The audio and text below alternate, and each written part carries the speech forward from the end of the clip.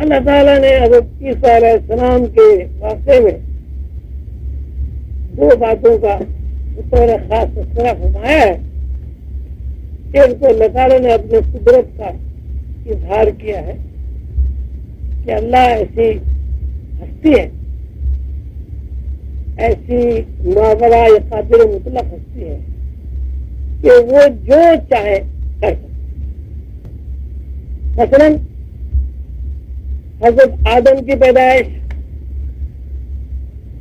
اور حضرت آدم کی پیدائش میں ماں باپ دونوں دیر بیٹھ نہیں آتے. حضرت حوا کی پیدائش، تو حضرت حوا کی پیدائش میں ماں کا کہیں تذکرہ نہیں ملتا.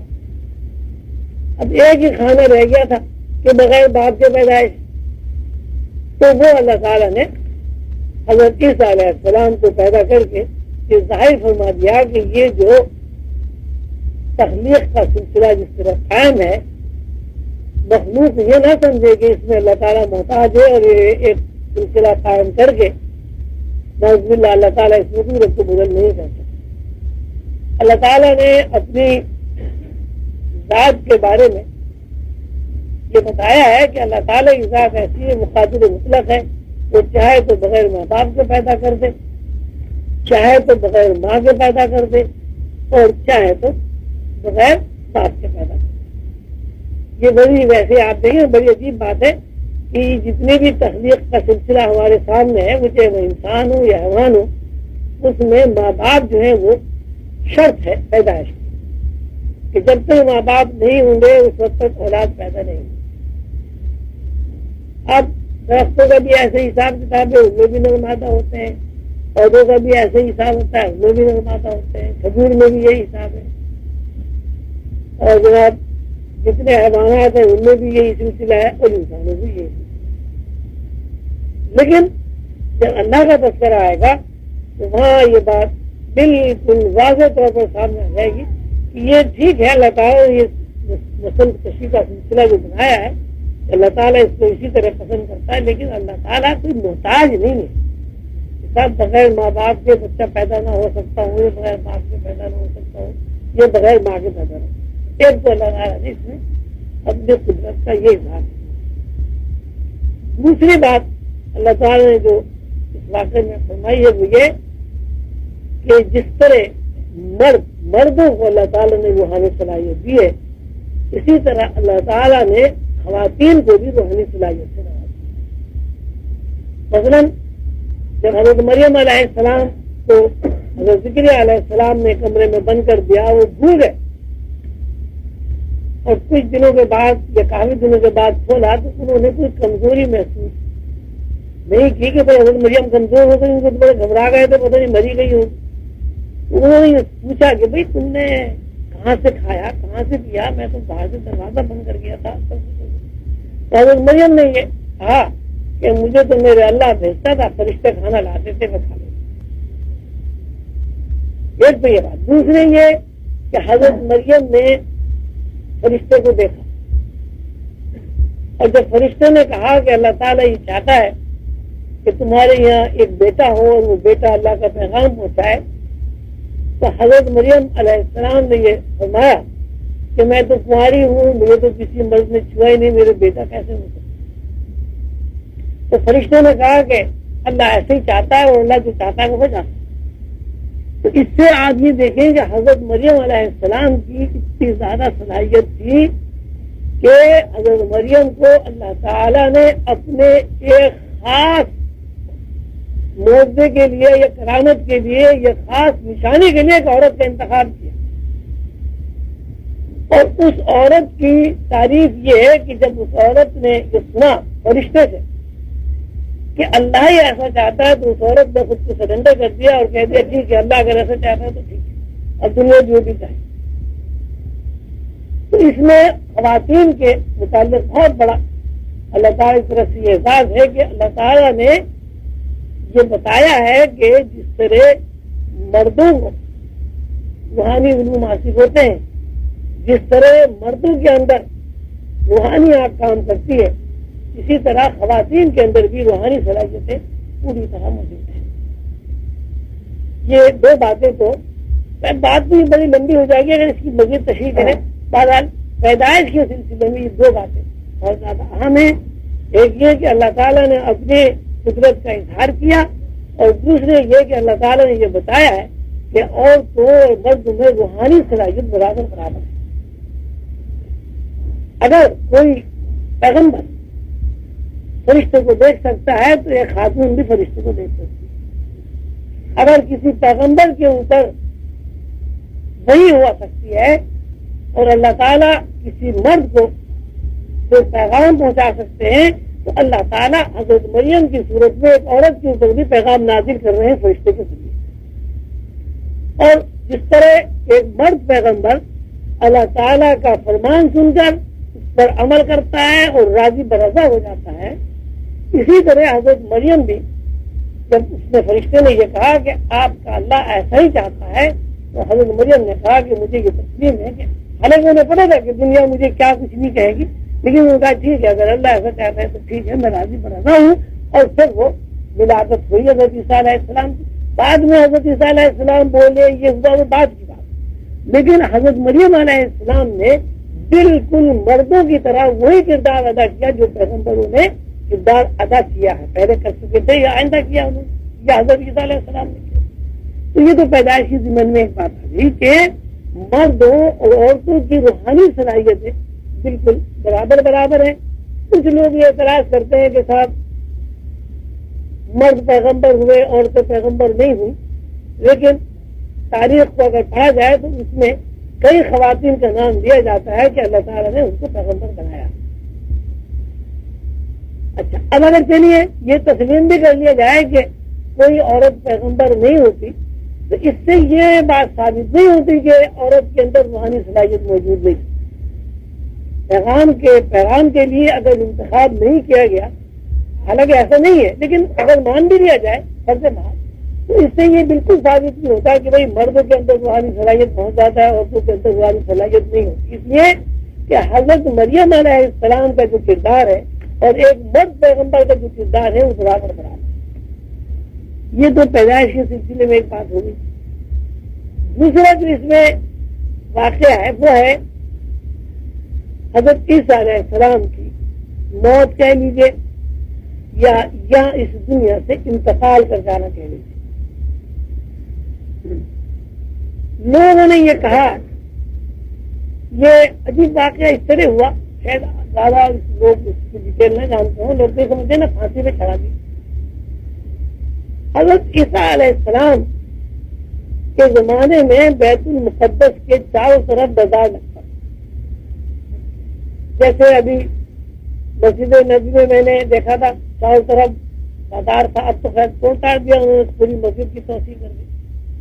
تو بازار وہاں لگتا تھا اور اس بازار میں یہ یہودی لوگ جو ہیں انہوں نے زیور اور یہ جویلری وغیرہ کے علاوہ انہوں نے وہاں جوا سٹا اور اس قسم کی چیزیں کھیلنی شروع کر دی تھی جو اللہ تعالیٰ کے نظام کے بالکل متضاد بات تھی. حضرت عیسیٰ علیہ السلام نے ان کو بار بار منع کیا چونکہ ان کو اس سے کاروباری نقصان ہوتا تھا. لوگ بے شمار آتے تھے بیت المقدس میں زیارت کے لیے اور وہاں ان سے خریداری ہوتی تھی. تو انہوں نے احتجاج کیا اور حضرت عیسیٰ علیہ السلام کے خلاف ایک سازش تیار کی یہودیوں نے اور ان سے یہ منسوخ کیا حضرت عیسیٰ علیہ السلام سے کہ صاحب انہوں نے یہ کہا ہے کہ اگر میرا بس چلے تو میں بیت المقدس کو ڈھا دوں. حالانکہ حضرت عیسیٰ علیہ السلام نے یہ کہا تھا کہ اگر تم لوگ باز نہ آئے تو میں یہ ساری تمہاری دکانیں یہاں سے اکھاڑ کے باہر پھینکا دوں. تو وہ دکانیں کی بجائے انہوں نے یہ بتا دی کہ صاحب حضرت عیسیٰ علیہ السلام نے یہ کہا کہ میں بیت المقدس کو اکھاڑ کے پھینک دوں. اور اس میں عدالت میں مقدمہ چلا گیا اور مقدمے کے بعد باقاعدہ پیشی ہوئی اور انہوں نے بے شمار جو ہے گواہ پیش کر دیے کہ حضرت عیسیٰ علیہ السلام نے یہ کہا کہ بیت المقدس کو یہاں سے گرا.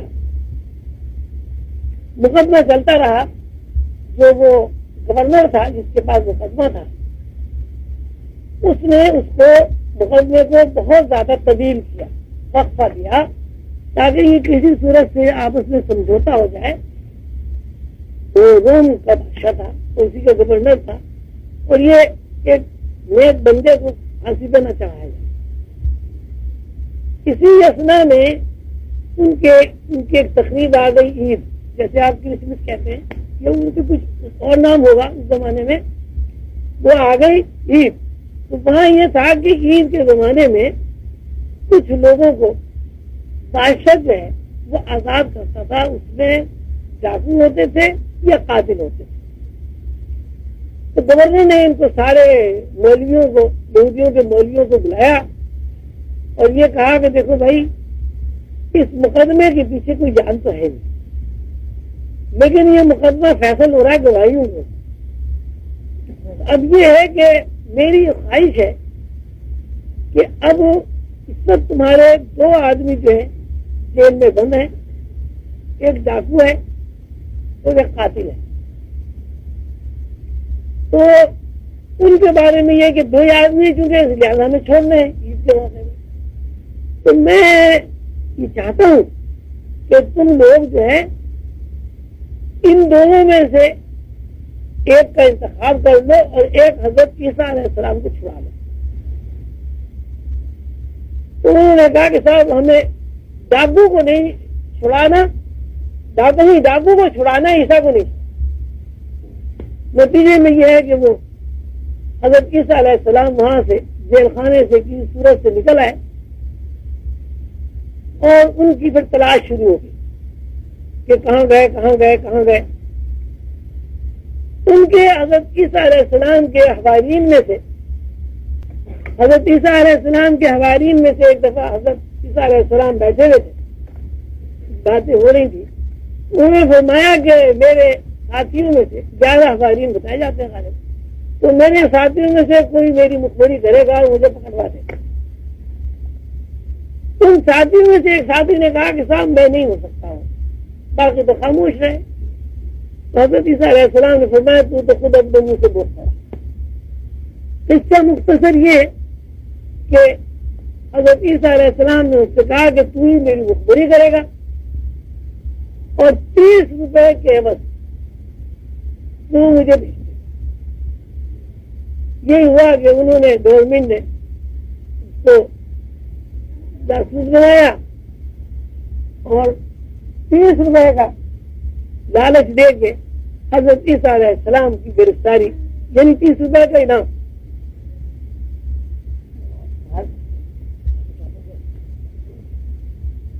30 روپے کا انعام دے کے اس کو حضرت عیسیٰ علیہ السلام کو اس نے مخبری کر دی. اس کا مختصر یہ کہ وہ حضرت عیسیٰ علیہ السلام کی اس نے نشاندہی کی, لیکن وہ حضرت عیسیٰ علیہ السلام نہیں تھے, ان کے ہم شکل کوئی آدمی تھا, اس کو وہ پکڑ کے لے گئے اور اس کو سلیب. اب یہ عیسائی حضرات یہ کہتے ہیں کہ صاحب ان کو قتل کر دیا, ان کو سلیب پہ چڑھا دیا, مار دیا. اللہ تعالیٰ نے اس کی تردید کی ہے اور یہ کہا ہے وہ ماں قتل وما سلب, نہ کسی نے عیسیٰ کو قتل کیا ہے اور نہ کسی نے عیسیٰ کو سلیب پہ چڑھایا. ولیکن شبہ لہم, لیکن لوگ شبہ میں پڑ گئے. برفع اللہ علیہ, اللہ نے ان کو آسمانوں کی طرف اٹھا دیا. اب اس میں عیسائی مذہب تو یہ کہتا ہے کہ صاحب وہ ایسے ہی زندہ اٹھا لیا, حضرت عیسیٰ علیہ السلام کو زندہ اٹھا لیا.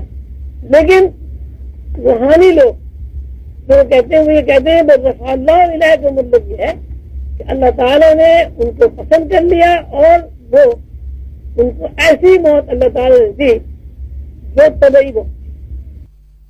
حضور علیہ الصلوۃ والسلام ساری کائنات کے لیے باعث رحمت ہے. رائے کرم اس کی ماضی ترجیح بیان کریں, کیونکہ کچھ لوگ یہ کہتے ہیں کہ رحمت کا سلسلہ حضور پاک کے وصال کے بعد ختم ہو گیا, حالانکہ اپنے تسلیم اس بات کو قبول نہیں کرتی کہ رحمت بھی ختم ہونے والی. یہ تو ایسی بات ہے کہ اللہ تعالیٰ نے اپنے بارے میں فرمایا الحمدللہ رب العالمین, کہ اللہ جو ہے تمام عالمین کا رب ہے. اب آپ یہ کہیے کہ صاحب جب عالمین بن گیا تو رب کی ضرورت ہی نہیں ہے, تو ربوبیت ہی ختم ہو گئی. تو رحمت للعمار صلی اللہ کا اللہ رحمت للعالمین کہ ہم نے حضور پاک صلی اللہ علیہ وسلم کو عالمین کے لیے رحمت بنا کر بھیجا، اس کا مطلب یہ ہوا کہ جب تک عالمین ہے رحمت، جب تک عالمین موجود ہے الحمدللہ رب العالمین، جب تک عالمین موجود ہے ربوبیت بھی موجود، اسی صورت سے جب تک عالمین موجود ہے رحمت بھی موجود ہے، اور بغیر رحمت کے عالمین کا تصور نہیں کیا جا سکتا، اور بغیر ربوبیت کے بھی جو ہے وہ تصور نہیں کیا جا سکتا عالمین کا۔ پھر اللہ تعالیٰ فرماتے ہیں الرحمن الرحیم، اگر رحمان الرحیم بھی اس بات سے مشروط ہے کہ عالمین موجود ہے، جب عالمین ہی موجود نہیں ہو تو کیسا رحمان، کیسا رحیم، کیسا رب؟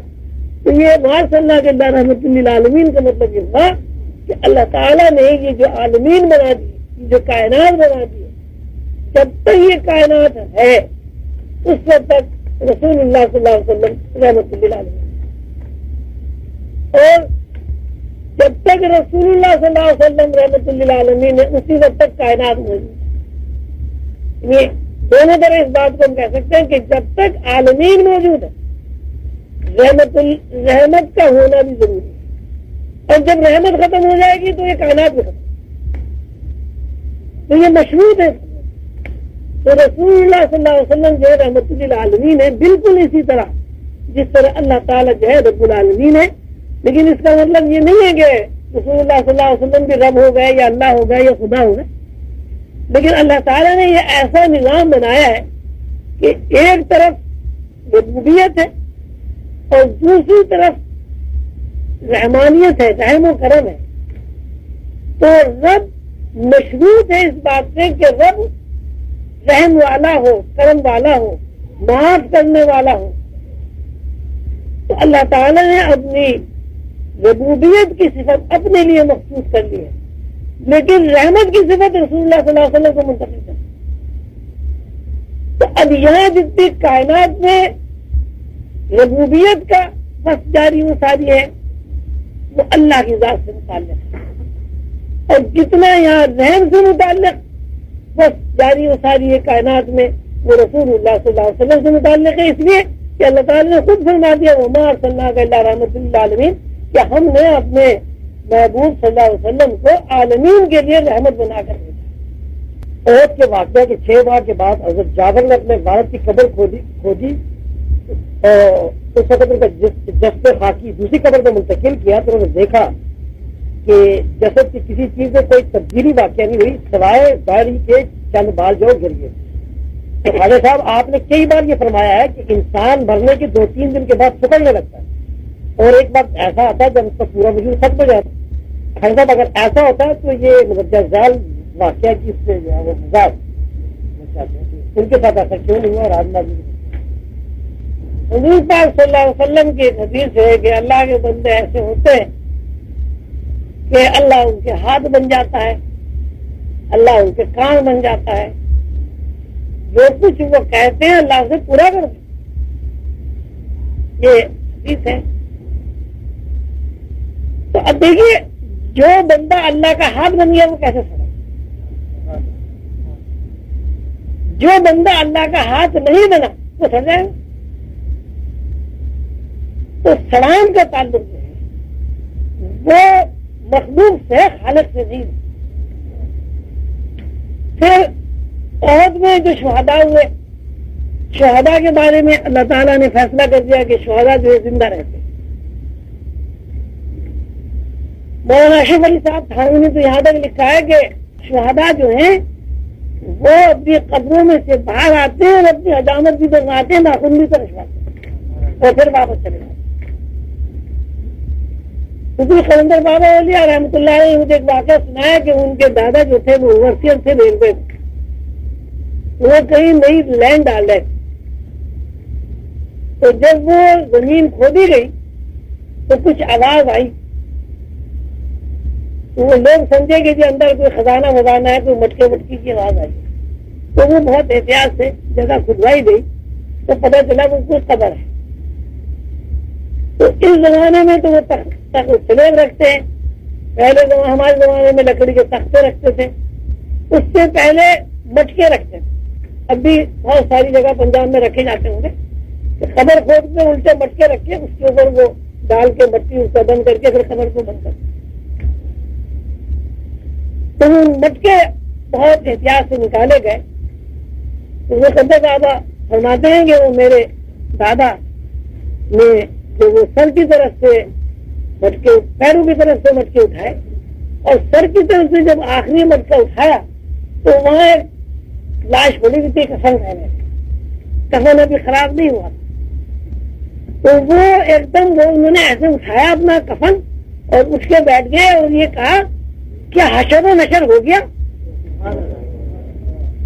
تو انہوں نے حضور بابا کے دادا نے کہا کہ نہیں، ابھی حشر و نشر نہیں ہوا، ہم ذرا ہی صفائی کر رہے ہیں آپ کی قبر کی، آپ سو جائیں. وہ پھر سو گئے اور سونے کے بعد اسی طرح مٹکے لگا کے قبر بند کر دی گئی اور وہ ریلوے لائن انہوں نے وہاں سے موڑ دی. تو بعد میں وہ جب یہ تو بہت لوگوں میں ظاہر ہو گئی یہ بات. تو وہاں ابھی تک وہ مزار ہے ان کا، وہ نام میں ان کا بھول گیا، نام بھولنے میں بہت تیز بھول جاتا ہوں. اچھا صاحب، یہ تو یہ بات ہو گئی. ایک مولانا اشرف علی صاحب تھانوی نے اپنا ایک واقعہ لکھا کہ وہ اسٹیشن سے آئے تو بیچ میں قبرستان پڑتا تھا تھانے بھون میں. تو وہاں حافظ ضامن شہید کا ایک مزار ہے. حافظ ضامن شہید حاجی امداد اللہ مہاجر مکی رحمۃ اللہ علیہ کے خلفاء میں تھے. نہیں، یہ عزیز شاہ صاحب کے خلفاء میں سے تھے. حاجی امداد اللہ مہاجر مکی کے 3 بھائی تھے. تو بہرحال وہ یہ ہے کہ یہ انہوں نے کہا بھائی حافظ صاحب کے مزار میں فاتحہ پڑھ لیں. جب وہاں یہ کھڑے ہوئے ایسے فاتحہ پڑھ رہے تھے تو ایک دم گھبرا کے ہاتھ چھوڑ کے تیز جانے میں. لوگوں نے کہا کہ حضرت جی کیا ہوا، چہرے میں گھبراہٹ تھی. تو کہنے بھائی وہ حافظ صاحب نے مجھے ڈانٹ دیا اور یہ کہا چل بھائی چل، کسی مردے نے فاتحہ پڑھنا، بڑا فاتحہ پڑھنے والا ہے. تو یہ حافظ ضامن شہید بہت مشہور ہے. تو مقصد یہ ہے کہ سڑان کا تعلق بھائی ہم جیسے لوگوں کا ہے، ہم لوگ سڑ جائیں گے، اللہ والے نہ سڑتے. یہ جو قرآن ہے آدمی سڑ جاتا ہے لیکن شہداء نہیں سڑتے قرآن کے حساب سے، چونکہ وہ جنگ عہد کے تعلق سے ظاہر ہے وہ شہید ہوں گے. اور دوسری بات یہ ہے کہ جو واقعتاً اللہ والے ہو جاتے ہیں اور جن کے اللہ تعالیٰ ہاتھ ناک کان بن جاتے ہیں ان کے جسم جو ہے وہ خراب نہیں ہوتے. وہ صحابہ کا بڑا مشہور واقعہ ہے، عراق میں تمام دنیا نے دیکھا، ٹی وی پہ دیکھا. یہ ایسا